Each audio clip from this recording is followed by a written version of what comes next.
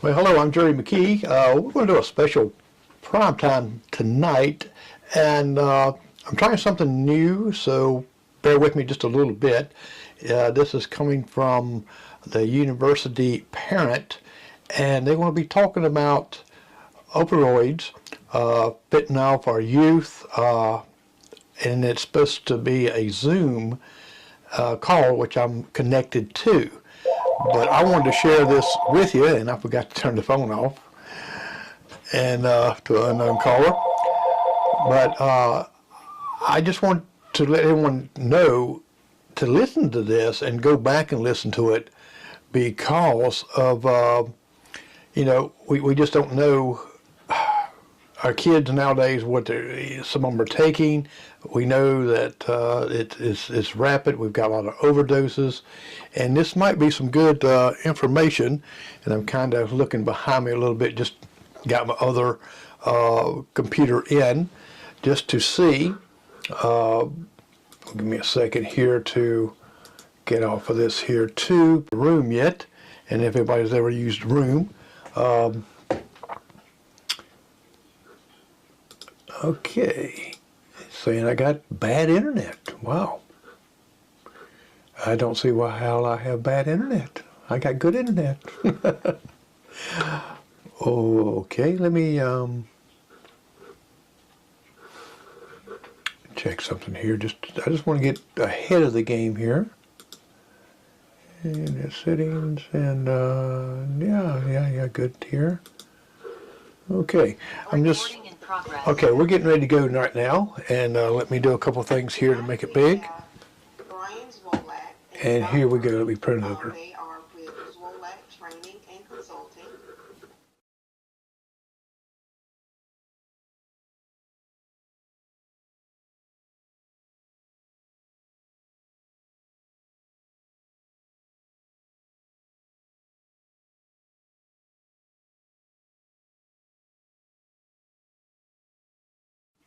Give me a minute, I'll get some sound over to it. During the presentation, please put those in the chat box or comment section on Facebook, and we will try and get those. So without further ado, let me introduce Scott.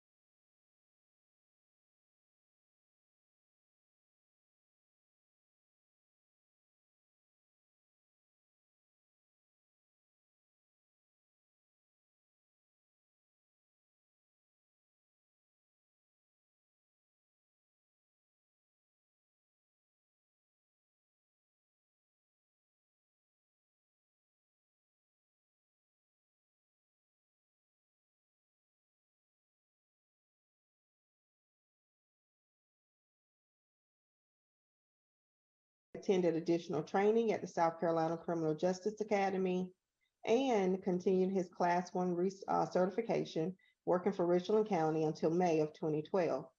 When he transferred to the Lexington County Sheriff's Department as a patrol deputy. In 2014, he was promoted to narcotics agent in the Lexington County Agency multi-agency narcotics enforcement team. And from 2014 through 2019, he investigated narcotics-related crimes throughout Lexington County. In 2015, he was certified by NES in the safe handling and dismantling of methamphetamine laboratories. In 2019, he was promoted to the rank of sergeant and worked as a region supervisor until 2022, when he was transferred to the multi-agency narcotics enforcement team. Currently, he is an investigator with the Crime Reduction Unit, which is tasked with investigating gangs, firearm offenses, and violent repeat offenders. He is also a task force officer with the Federal Bureau of Investigations, the Columbia Field Office. So without further ado, I would like to introduce you to Scott. So Scott, I will let you get started, but I want to do just a couple of logistical announcements before I let you get started, because we are offering a $30 gift card to a lucky viewer tonight. We have a $30 Amazon gift card. So if you are participating on our Facebook Live, make sure that you leave a comment, wave your hand, or type your name in the comments on Facebook. And then if you are with us via Zoom, place your name in the chat box so we can make sure that we put your name in the hat for that drawing, okay? All right, Scott, you're good to go. All right, thank you. Good evening, everybody. I really appreciate it.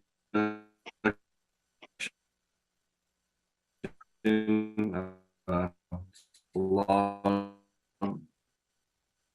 lot of stuff to say, to basically say is really just going to go through a couple of objectives, what we're going to get through tonight. We're going to define what opioids are. We're going to discuss what they are and how they affect the body. We're going to discuss where opioids come from and how they work. We're going to discuss the side effects of using them, identify some common synthetic opioids, discuss how they can be misused, discuss the opioid epidemic of this country, identify fentanyl and discuss its side effects.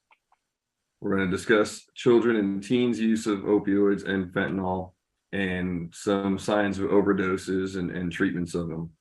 So we'll get started. What are opioids? So opioids are substances that can act on the opioid receptors in the brain to produce a morphine-like effect. Basically, they go into your brain, they attach to the opioid receptors, and they can affect the pain and pleasure areas of your senses in the brain. Usually, opioids are used for the treatment of severe pain and are often prescribed after surgery or after any kind of an injury. And it can actually sometimes also be used as an anesthesia for surgeries. So where do they come from? There's a couple different ways. Your natural opioids are going to be made directly from the poppy plant, opium. Your morphine and your codeine they're made naturally from the plant itself, extractions. You can also be synthesized in a lab using the same chemical structures of those, and that's where you're going to get your prescription. Can result in your death because it makes you stop breathing.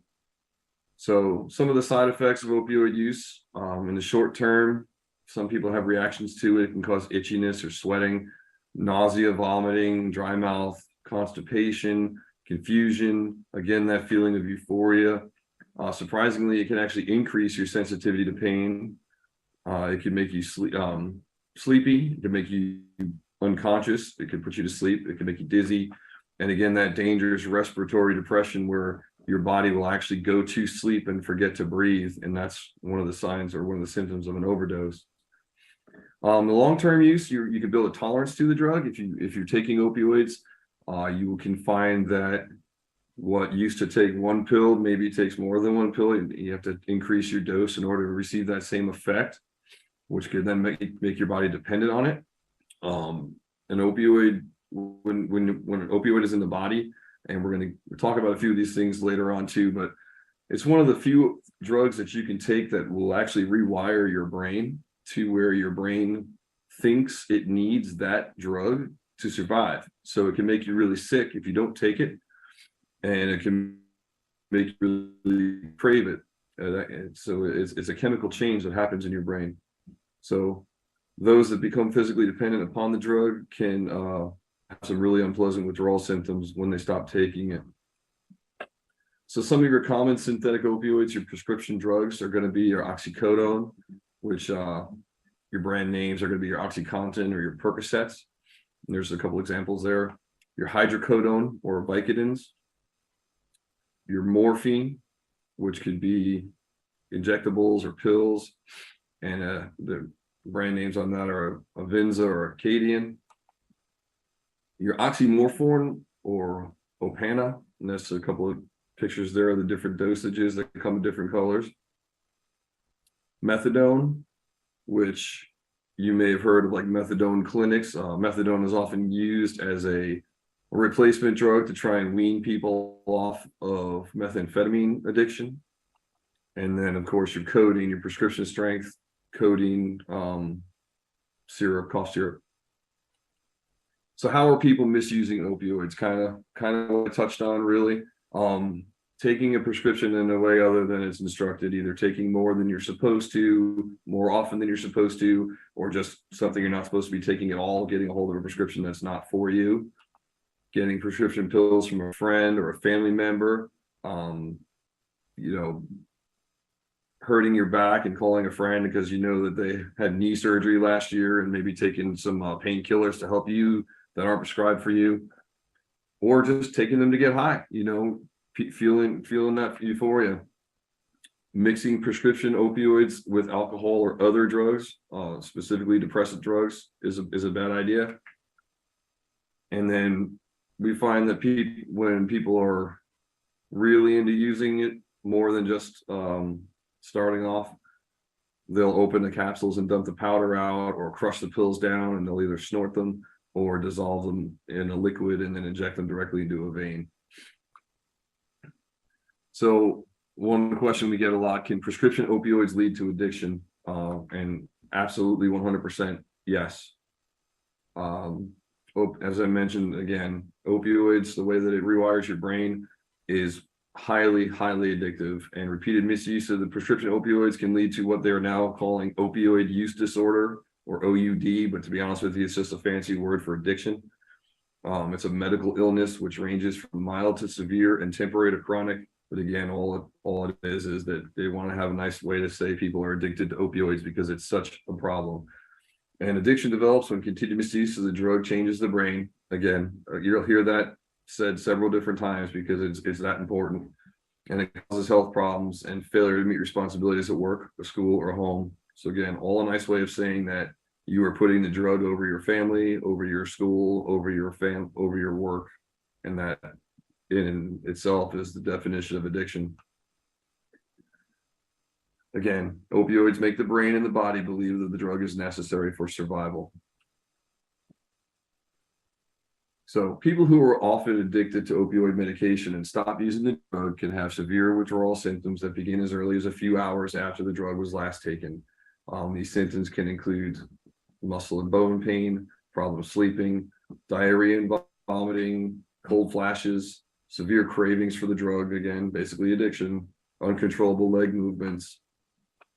So I'm going to talk a minute about the opioid epidemic. This is kind of a phrase that was coined, and it occurred in 3 different waves. It started back in the 90s, which was with wave number 1. And basically, it was kind of when opioids were kind of hitting the market. They were the popular new toy, and doctors were prescribing them like crazy. They work. They do work for pain, which is just an astounding number in a 10-year period. And 80% of those heroin users admitted that before they started using heroin, that they were misusing opioid prescriptions. And then, of course, wave number 3 was in 2013 when the synthetic opioids started hitting the market, specifically fentanyl, which we'll talk about in a little bit. And in 2016, over 20,000 reported deaths from fentanyl and related drugs, basically a mix of fentanyl and something else. In 2016, 20,000 people. It's insane. So here's just kind of a graph talking about what I just talked about. And you can see there where the purple line is that opioid with fentanyl, where in 2013, it just spikes almost straight up. And so again, in that 10-year period, all those people were dying of opioid overdose.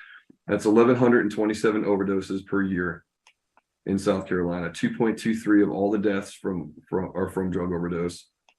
And overdose deaths increased at an annual rate of about 8% over the last 3 years, which is about between 9 and 10% higher than the national average overdose rate in the country. So, which ends up being 1.6 of the nationwide overdose deaths occur in South Carolina. So again, not astounding numbers for South Carolina, but still high. So we touched on fentanyl. What is fentanyl? Fentanyl is it's a powerful synthetic opioid. As we talked about earlier, it either comes from the plant naturally, or it can be synthesized in a lab. Fentanyl is synthesized in a lab. It is similar to morphine in its makeup and how it's used. However, it is 50 to 100 times more powerful than morphine. Prescription form fentanyl has names like Atik, Duragesic, and Sublimase. Medically, it's marketed either as a patch or an injection. It's like they call it a lozenge, but it's basically looks like a little like a lollipop, and you suck on it until it dissolves. They have nasal sprays and pills. Again, fentanyl does have a medical use. It's also, it's a painkiller. They use it for a lot of severe pain, cancer treatments, things like that. But fentanyl is definitely has a high illicit market as well. So synthetic opioids, including fentanyl, are now the most common drug involved in drug overdose deaths in the United States. So I touched on it briefly. How is it taken? When it's prescribed, it can be taken as a shot. It can be taken as a nasal spray, a patch, or that lozenge that I described. And there's some pictures of them here. That bottom one is that lollipop that I mentioned. The patches, you just stick it on your skin, and then it absorbs through the patch subdermally into your skin, and it's made to release at an amount, so that you're not getting it all at once. But when it's illegally sold, it's most often either in powder or that bottom one, which I'll touch on. You can also get it like LSD used to be on a blotter paper or in that nasal spray if people are getting it illegally and then selling it. But most often it's the powder. We are seeing more cases now where people are turning it into kind of a paste where they're adding it, making it a little bit thicker or like a paste and smoking it. But still the most common is either going to be the powder or they press it into a prescription pill or to what looks like a prescription pill. And that's what we're going to talk about right now. Excuse me. How does fentanyl affect the brain? Very similar to an opioid. Again, because that's what it's made to act like heroin and morphine and other opioids. It works pretty much the same way. It's going to attach to those opioid receptors in your brain, and they're going to control pain and emotions. After taking them many times, it adapts to the drug and diminishing its sensitivity and making it hard to feel pleasure from anything else besides the drug. Again, touching back on the brain makes your body think you need to have it. Otherwise, you won't feel normal. Side effects are very similar as well. Happiness, drowsiness, nausea, confusion, constipation, sedation, and problems breathing, which again starts with your body kind of basically going to sleep and forgetting to tell your brain to breathe, and then unconsciousness. And again, just like opioids, if you stop taking the fentanyl, you're going to have a lot of the same symptoms, and they happen very quickly. Within a few hours of take the drug, you'll start to get that sickness, your muscle pains, your sleep problems, diarrhea, vomiting, cold flashes with goosebumps, uncontrollable leg movements, and severe cravings for the drug. So where does fentanyl come from? I kind of touched on a minute ago, but really it's synthesized in a lab. It's, you can't pick a fentanyl tree. It's made in a lab. The majority of these labs are in China, and the powder is shipped to the US. They say over 90% of what you're going to find the illegal fentanyl in the United States comes from China. I'll go back to it. The fentanyl from China has been found to be as high as 90% pure, which is just astounding because it's going to get you into a lot of trouble. And we'll touch on that again also.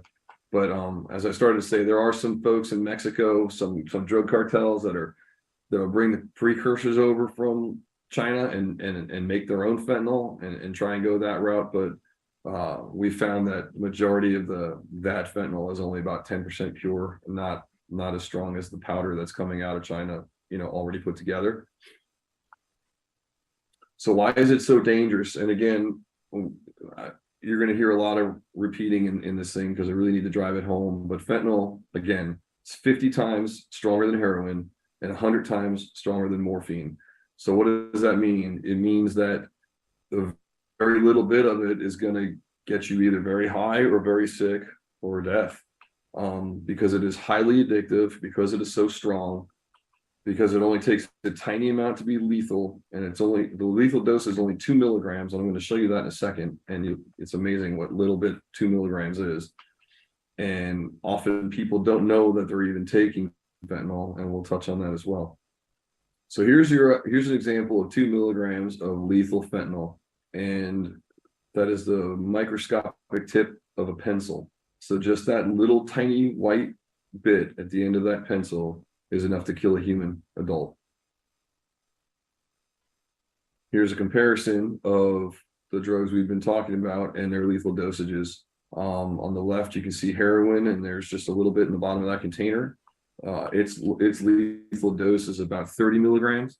Again, fentanyl in the middle, which just looks like some grains at the bottom of salt or sugar, and that's 3 milligrams, and again 50 times stronger than heroin. And the one on the right is called carfentanil, and we'll touch on it a little bit, but carfentanil is really not a big problem yet, but it's actually 100 times stronger than fentanyl. So God forbid if that ever starts hitting the streets, you can see it's like almost a grain or two is enough to kill someone.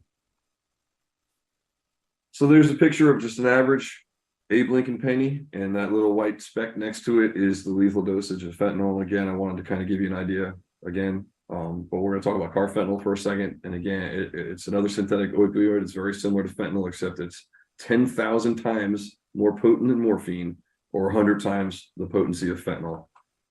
It's available in the same ways: powder, paper, in a tablet, a patch, or a spray. And it can actually be accidentally inhaled or absorbed through the skin. This is one of those, you heard horror stories about, police on traffic stops coming across it and breathing it in and overdosing on the side of the road. The same can be true for fentanyl. We're finding that the original thought of it being absorbed through the skin as easily as people thought isn't necessarily as true as we thought, but it still could happen in the right conditions. And carfentanil is actually, it's an elephant tranquilizer. I don't know. So it gives you an idea of what it's used for and how strong it is. So we're going to touch on, we're going to talk about children and teens abusing prescription pills, because as a narcotics officer, this is what we're seeing. This is a huge problem. Why are young people using opioids? And the most common reason that kids are giving on why they're using opioids is either they're curious about them, they're giving into peer pressure of their friends, they don't want to fit in with their friends, or they feel like they're coping with feelings of anxiety or anger, depression, or even just boredom of their own. Research suggests that other family members' use of alcohol or drugs plays a strong role in whether a young person starts using drugs as well. But one reason that we believe that opioids are so attractive to teens and kids too is and Brian and I were discussing this the other night, is there's a stigma to drug use. And I think people, they watch movies and they see junkies, if you will, on TV, and they don't want to necessarily be the guy that uses heroin or the guy that smokes meth or smokes crack. But pills are easy. You get together with your friends and they say, here, try this pill. It makes you feel good, and you swallow it and it's gone, and you don't have that stigma you're a drug user per se. But pills are sexy for kids nowadays, and they're easy to get, and they try it out with their friends, and it can really be terrible, because as we're going to talk about in a little bit, that's how kids are getting fentanyl in their system, and they don't even know they're getting it. And that one party that they go to hang out with their friends, and that one bad decision they make to take a pill to see how it makes them feel, is ending their life. But so how are kids getting prescription pills? And really, it starts sometimes just as simple as you think. They go to the doctor and they get a prescription for it. We're finding kids are getting hooked on opioids because of dental procedures, get their wisdom teeth pulled and they get a prescription for Oxycontin to help with the pain, or they're involved in a sports injury, or they get a knee surgery or whatever, and they have a legally prescribed prescription for a painkiller that they actually need, but then they're getting hooked on it, or they're taking too many of them, or they're taking it for too long when they really don't need to have it. They're finding old prescriptions around the house from leftover from previous times, or other family members or siblings or parents that may have them from when they threw their back out, or they had a surgery, or they had their wisdom teeth, or whatever. It's definitely a trend that doctors are prescribing pills, and where they may only need to take 10, you're getting a prescription for 90, and now you've got a bottle that has 80 pills left in it sitting in your medicine cabinet. And when's the last time you checked it? Who knows if there's any missing or if the whole bottle's gone. And then what they're doing is they're taking them to school, getting them the way we just talked about, and then they're trading them, or they're selling them to each other. Or as I mentioned again just a minute ago, they're having these pill parties where everyone has to bring some pills, and they get there and they throw them all in a bowl and they pick out a color and they see how it makes them feel or what it does to them. And then again, they're also buying them from drug dealers. Now, again, in this case, a lot of times the drug dealers are their friends. You know, it's a strong term, but you know, if I give you a couple bucks for a pill you have laying around, you're a drug dealer. So how does fentanyl factor into opioid pills and overdosing? Drug dealers are using fentanyl to make their drugs stronger. They're getting this powder. They know what it is. They know how strong it is, and they can mix it with their drugs to make their drugs more addictive and stronger. And they can stretch their drugs. They can quote unquote step on it with some cut and then add the fentanyl, and they're making a more powerful drug that they can sell that more people are going to want because it's so strong. You take a small amount of, you know, so fentanyl is a white powder, right? So you take some cocaine that's a white powder, you take some baking soda that's a white powder, you mix it all together. Now you've got 3 times as much cocaine as you had before, and it's all super strong. And it's just, you know, it's all about money, right? Drug dealers are out for money. And the new thing now is these manufactured or pressed pills, and we're going to talk about it for a little while now because it's the biggest thing that's hitting our country. They're flooding our markets with these counterfeit opioid pills. They're stronger than real opioid pills. They're not real opioid pills, and they're easier to get because you don't need a prescription because they're being sold on the street as opioid pills. And there is no oversight or quality checks or FDA or any of that to determine that the pill you're taking is actually what you think it is. And in reality, it's probably going to be heroin or fentanyl or meth. And I wrote down there the mixing bowl because that's kind of how it happens. We're going to talk about making press pills, but what they're doing is they're taking a powder, some kind of a pill binder, and they're putting it in a bowl, and then they're adding an amount of whatever drug they're making. Could it be fentanyl? Could it be heroin? Could it be meth? Could it be a mix of those? And they're measuring it out and putting it in this bowl with this powder, and they mix it all up. But in order to make the pill, they're going to put it into a pill press, and I'm going to show you an example of that in a moment. But you're just scooping powder and dumping it in this machine, and you don't know if that scoop is mostly binder, or is that scoop mostly heroin, or is that scoop mostly fentanyl. So you could have 3 pills that look exactly the same, but have completely different chemical makeups of what's inside them. And that first pill you take, you may have no effect at all, but that last pill you take is going to kill you. So illicit drugs do not come with an ingredient list, and they all may contain a deadly dose of fentanyl. And again, that's what we're seeing. So let's talk about a pill press. Here's 2 examples of one. On the left-hand side, you can see that's a hand crank machine, and the one on the right is going to be an electric machine. It has a motor, it spins, and it just basically operates a piston that goes up and down, kind of like a sewing machine. And every time it comes down, it presses powder into a die, and it stamps out a pill. And it can make as many pills as that machine can spin. And I asked a buddy of mine who's at the DEA, if he thought that making 1,000 pills a day with a pill press would be a ridiculous number, and he said that they actually make machines now that'll pump out 60,000 pills an hour. I mean, it's just absolutely insane. So I decided while I was doing this PowerPoint and putting together, I wanted to see how possible it would be for just anyone to make pills. And so I just went online. I literally went to Google and put in pill press machine. And within a minute, I found the same machine that I could buy for $800 from China, and they would even ship it to me for free, and I could have it by May 5th. Then I found a dye. The most popular drug counterfeit that we are seeing right now on the street is going to be an oxycodone pill. They call them it's an M30. They call them all kinds of names, but it's the most popular thing we're seeing on the street, and it's what's killing people. So for $48.25, I could buy the proper pill dye to make a blue M30. So for $850, I could be in business and pumping out counterfeit pills, which would look just like that. and I could be selling them, and your kids could be taking them, and maybe it's fentanyl. So here's the thing, and there's those names I was telling you about. Sorry, I drew a blank. Mexican blues, M boxes, whatever. They call them M boxes for the obvious reason that there's an M with a box around it. But here's what's killing kids. If you look on the left-hand side, and I put together a few different slides so I could demonstrate this for you. On the left-hand side is your prescription version of an oxycodone pill, which again, the 30 milligram pill is called an M30, and that's the most popular counterfeited pill. If you look on the left, that is a produced prescription pill. If you look on the right, that is a pressed pill, counterfeit pill of who knows what. Can you say for sure that if somebody put one of those in your hand, that you would know the difference, that you were taking either an oxycodone 30 milligrams or you were taking fentanyl? And I'd be willing to bet you can't, because I can't. You mean it may feel different, but I see a lot of them, so I might be able to tell better. So how about an Adderall pill? Lots of kids take Adderall.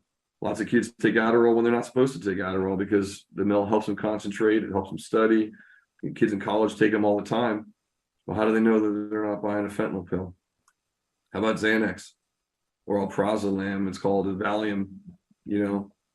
Yeah, these two were different examples and they're different colors, but if you thought you were going to get a white Xanax pill or a yellow Xanax pill and somebody gave you a fake one on the right-hand side, would you be able to tell that it's not a Xanax pill? So what do you get when you make all these pills? You have a pill machine, you press these dies, you're making these thousands of pills, and you get exactly what you see there. That is a picture of 1 million fentanyl pills that were seized in the Boston Phoenix. 1 million pills. Every one of those pills could kill someone. And why do they do it though? It's money. It's all about money. So again, prices fluctuate, and because of the amount of pills we've seen, prices have actually gone down just because of your basic supply and demand rules. But there was a time when a prescription pill, a real prescription pill on the street was about $1 a milligram. So if you were going to buy a 30 milligram pill, you could spend $30 on it. Now, with these fake pills, people are spending probably between $4 and $15 a pill. But so, I mean, do the math, $15 a pill times 1 million pills on that table there, just from one shipment, or $30 pill times 1,000 pills a day out of a hand machine that you're making. If you look here, some bags of marijuana and some bags of what's probably MDMA. I really can't tell in that picture, but it appears to be MDMA. That's going to be your ecstasy tablets. They're made the same way. It's just mixed with meth and some other things. On the right there, you can see where we have some money and some more pressed pills that were seized in a different case. Those on the left, that's going to be your MDMA pills. And on the right, again, more M30s. As I mentioned, that's the most popular pill that's being sold counterfeit because of everyone knows what they are. And you can see in that picture, someone's actually just pressing them in all different colors. You can add a food dye to powder that you're making and make pills in any color you want to. Now, if you're going there, to buy a blue M30 and someone tries to sell you a green one or a purple one, I think people then would notice. So that's probably more being sold to kids that don't know any better, but they're being marketed like candy, and some of them are fentanyl, some of them are meth, some of them are heroin, and you really don't know what they are, but they're all going to kill you. So where do teens buy drugs nowadays? They're not being done on the street corner anymore. They're not walking down a dark alley and doing a hand-to-hand transaction. Kids are selling drugs online, and they're using social media platforms to do it. And I put all those down there on the bottom, but the biggest one, the most popular one right now is Snapchat. Teens are selling and buying drugs on Snapchat. And the reason they're doing it is because if anyone's familiar with Snapchat, depending on how old your kids are, you can be anonymous. The content disappears and erases forever after a short time, and they don't allow third-party monitoring. So basically what's happening is you can go on and you have your Snapchat account, and you can post an anonymous story with your menu of what drugs you have available, and you can flaunt them, you can show them, you can hold them up. You can take your orders directly from the app of who wants what and how much they'll pay for it, and then it all disappears and it's gone forever. And it makes it hard for parents or law enforcement to track. Now, there are search warrants that you can get and maybe recover some of that if you're gonna try and make a case on it. But parents aren't worried about making cases. That's our problem. But it's a big problem. In January of this year, Snapchat had over 108 million users in the US, with 48% of those users being between the ages of 15 and 25 years old. Now, people are fighting back, and it'll be interesting to see what happens with this, because recently, according to ABC News, the family of 50 victims who were part of that all overdosed on fentanyl are suing Snapchat, and they're alleging that their 50 people were able to buy drugs on their social media platform on Snapchat. And according to the lawsuit, between 2020 and 2022, they're saying that Snapchat was the conduit for 75% of the fentanyl poisoning deaths of children between the ages of 13 and 18 who connected over social media. So all that's saying is, they're not saying that, Snapchat is responsible for 75% of the fentanyl deaths. What they're saying is, anyone that they're able to backtrack and prove that those kids bought dope because of a social media account, 75% of them was actually Snapchat. So, I mean, do your kids need to have Snapchat? My kids have Snapchat, and now that I'm doing all this research into this, it drives me nuts, because I can't stand all the silly picture taking anyway. So what are the kids buying? Well, and again, we've touched on it, but they're getting addicted to these opioid pills that they're either getting because they've had a prescription, or they found them in your medicine cabinet, or they experimented with a friend. That chemical change is happening in their brain to where their body says, you need to have this to either feel normal or feel good. And then they have to go out and find it. They're seeking out their friends, they're seeking out drug dealers, and they're buying what they think is that opioid pill that their body says they need to have. They think it's an Oxycontin, they think it's a Valium or a Xanax, they think it's a Percocet, and what they're really getting is fentanyl, because they're getting those pressed prescription pills. And then they're taking them, and they're thinking they're going to get high, and they're dying. And 187 people die every day. 187 people every day from an opioid overdose. So I think it's important to kind of go over real quick what the signs of overdose are. It's pinpoint pupils. They're very tiny. It'll be dark outside, but they're tiny little pinpoint pupils. They're going to be falling asleep or losing consciousness. And if you've never seen this, it's legitimately that. You'll be talking to them, and they'll be dozing off, falling over. They can't control it. Slow, weak, or no breathing. If you walk in the room and you think your kid is snoring, it's actually called agonal breathing, and they're gasping for breath, but it sounds like snoring, and it's just a very depressed respirations. It's only a few times a minute. It's usually not a good sign ever. Choking or gurgling sounds or vomiting. Their body can go limp. They could be very pale or cold or clammy to the touch. And they can have discolored skin as their breathing slows and they start to die. Their fingernails and their lips can turn purple or blue. So these are all signs to look for, and they're going to point towards likely some kind of an opioid overdose. So what do? The most important thing to do is you need to call 911. Even if you have Narcan, which I'm going to talk about in a second, you still need to call 911 first, because you need to get those people moving. They need to be coming out that way. Even if you have Narcan, get them rolling your way. Now, next, do you have naloxone? Excuse me. But we say Narcan. It's just a brand name of it, but that's the most common out there. If it's available, give them Narcan. And I'm going to explain how it works in a minute. Try and keep them awake. Try and keep them breathing. Lay them on their side in case they do start choking or vomiting, so that they don't clog their airway. And then stay with that person until help arrives. So I mentioned Narcan, naloxone. What is it? Here's my thing. Narcan's amazing. I have personally saved numerous people from overdosing by giving them Narcan. What it is it's a nasal spray. You put it up their nose, you squish it in, and even if they're not breathing all that much, it takes effect fairly quickly. And what it does is, we talked about the opioid receptors. We talked about the opioids sitting on those opioid receptors. What Narcan does is it comes in and it just kicks it. It boots it off of that receptor, and it allows that receptor to be clear again, and it allows the respiration and the drug to stop taking effect, and it'll hold on to those. The problem is, if they have enough opioids in their system, eventually that opioid is going to come back around and kick the Narcan off as well, and the process starts over. So they may need more Narcan. So it's a balancing act between how much opioid do they have in their system, how much Narcan do they have in their system, and which one's going to win. But it's super important to get that in as soon as you can. And you will see if they have more Narcan in them than they do opioid, it's going to take effect within just a few minutes. And unfortunately, a lot of times they come out of it and they're pissed off because you're ruining their high and they're going to start fighting you. But it's more important that you get it in them so that they can start breathing again. So how can I prevent? Oh, I'm sorry. I'm going to touch on one more thing on Narcan, because here's the thing. It was produced and it's saving lives. But the problem I'm seeing is that people know about it and they know what it can do for them. And they're using it like a safety net. Instead of thinking, wow, thank God somebody was here in Narcan and saved my life, they're thinking, wow, thank God I can take as much drugs as I want and somebody can save my life with Narcan. And we're finding people are even having Narcan parties where you and I might go to the bar and be responsible and have a designated driver. Well, they're doing the same thing where they have a Narcan buddy, and I'm going to go use my drugs and you're going to be the Narcan buddy tonight. And then I'll do the same for you next week. And if I overdose, just shoot me with Narcan and everything will be fine. And Narcan's available in drugstores and a lot of times for free without a prescription.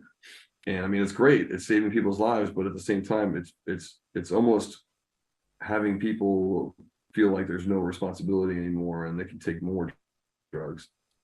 Something to think about. So how can I prevent my child from misusing opioids? There's really no quick solution to make your kids not use opioids. But research shows that obviously you're the parents, you have a huge influence on your kids. You don't think you do, maybe. I know my kid doesn't ever seem to really ever listen when I talk to her, but I feel like I hope that I still have a good influence on her. Talk openly with them about the effects of drugs, effects of opioids. Speak to them about what I'm telling you about. Take them back to this website and let them watch it. See how just using opioids a few times can make that change in your body that makes you, it just destroys you. Stay active in their lives. Be a good listener if they've got something to tell you when you are talking to them. Set clear expectations about drug and alcohol use, including the consequences of not following your rules. They're kids, but they still, they thrive on rules and they thrive on rule. Help your kid deal with any peer pressure that they're getting to use drugs, and know your child's friends and their parents. That one's huge. Know who they're hanging out with, know what those kids are into, know what their parents are into, know where they are. And it sounds like, a concentration camp or, prison, but, sometimes that's reality of how it needs to be, at least knowing what they're doing. If you have any concerns about any kind of mental health issues, such as anxiety or depression, get them tested. They may need a prescription for one of these drugs. And if it's taken properly, and monitored, it could be right. Again, know where they're at, know what they're doing. And if they do get those prescriptions for medications, make sure they're taking them correctly and not overtaking them. Or, you have a prescription for 30 and it's supposed to be 2 a day and there's 10 missing tomorrow. These are all clues. Don't leave your unused opioids in an accessible place in your home. Again, if you're done with the prescription and you don't need to take it anymore, all the local sheriff's office typically have some kind of a take back program or a drop box where you can drop them off and they can be disposed of properly. I think it's twice a year. Lexington County Sheriff's Office does a drop off where the DEA will actually come and collect, and they come and they get trash bags full of unused prescriptions. We see a lot of them being turned in that aren't used. We see a lot of them being turned in if there was elderly people that were living in the home at one point that aren't there anymore and all their drugs are left behind. It's just a way to get rid of stuff that you don't need to have in the house.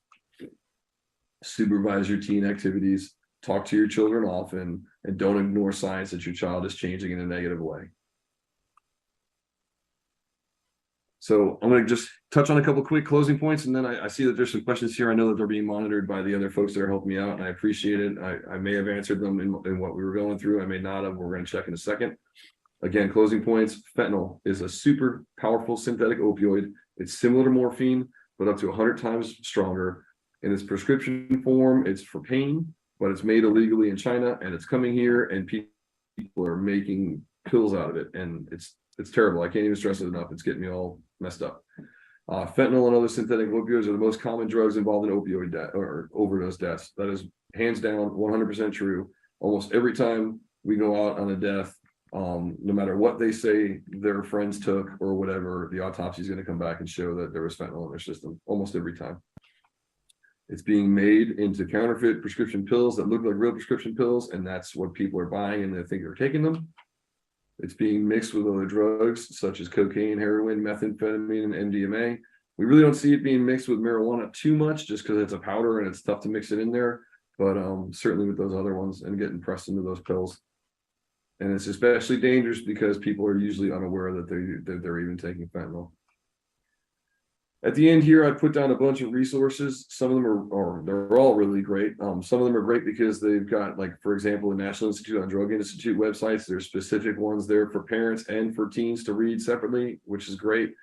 It's just another great way to start the conversation if you're not really sure on how to do it yourself. And there's some more there on the back with the mental health and also, of course, the DEA. So I think that's the end of what I've got. I'm going to touch back with the host and see if there's any unanswered questions we need to go over. So there are going to be a couple of questions, and my name is Brian Zwolak. I hope you guys got a bunch of information out of this stuff. One of the questions was, how can people keep themselves safe? So training like this, understanding what's going on, knowing these trends and keeping in the loop with that stuff is one of the best ways to stay safe. Not, burying your head in the sand or thinking that your kid, wouldn't be involved in that, or your kid will never happen. We've had instances where, somebody goes to a party, they take one pill. It might be the first pill or the first bad decision, at that level that kid's ever made. And it's the last bad decision because of what's in these pills. I'll also tell you too, in terms of being educated with that stuff, as Scott was saying, these types of drugs and drug dealers and gangs that are peddling these drugs are killing kids and killing adults at a crazy rate.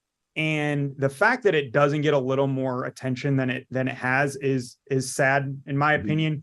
And the other thing that we need to make sure we understand is when you're looking at the law, for example, in South Carolina, there's no trafficking fentanyl charge. It's the opinion that some of these drugs aren't covered by the trafficking statutes we currently have. So, for example, a case that's made where we seized almost 2 keys of pure fentanyl, the drug dealer, the drug trafficker that brought that poison into our state had to be charged with possession with intent to distribute. And there is no mandatory minimum. And they're able to get probation. And that's because these laws haven't caught up. And as Scott mentioned, this isn't a new issue. And the fact that some of these laws aren't keeping up with some of these horrible things and trends that we're seeing is sad. It's sad because kids are dying, adults are dying, and some of these individuals aren't being held accountable because the laws aren't keeping up with those trends because of the speed that some of these things take to get pushed through. I say that because we talk about what keeps us safe, and those types of things are important. Drug dealers, gang members, individuals that peddle this poison, they find ways to exploit the law. They find ways to make as much money as possible without getting caught and with the least amount of consequences. So I also challenge people that are watching this to be educated in that stuff as well. Make sure that we have the tools to hold people accountable that are doing these bad things. And I think that that's important to do. And the best way to keep yourself safe, your family safe, is to be educated. Try to get as much information as possible and make sure that your kids have the information that they need to make the best choices they can. You can't follow your children 24/7, but you can try to arm themselves with enough knowledge to where they make the best decisions. And you just hope that they go out and make those best decisions and understand that one pill that doesn't seem like a big deal could end in their death and be not even able to make any more choices. So that was one of those questions. Just to drive the point home too, Brian, when you're talking about the statute for the fentanyl, just to give you an idea in case anyone's not aware of it. Okay, I hope you was educated on these drugs, and it's really something. It's an epidemic. It's not just a pill here and there. It's not like it was back when we were growing up, and drugs is different nowadays. Kids have more access to them, like you just seen here. We're going to have next Monday on prime time, a lady's going to come on and give you her story about drugs and how it affected her and how she overcome them. So you have to stay in next Monday for that. And I hope you did enjoy this. This was a special, a little bit different. And I know I enjoyed it. I got educated here too. And I hope you did too. So you have a good night. And we will see you next Monday. And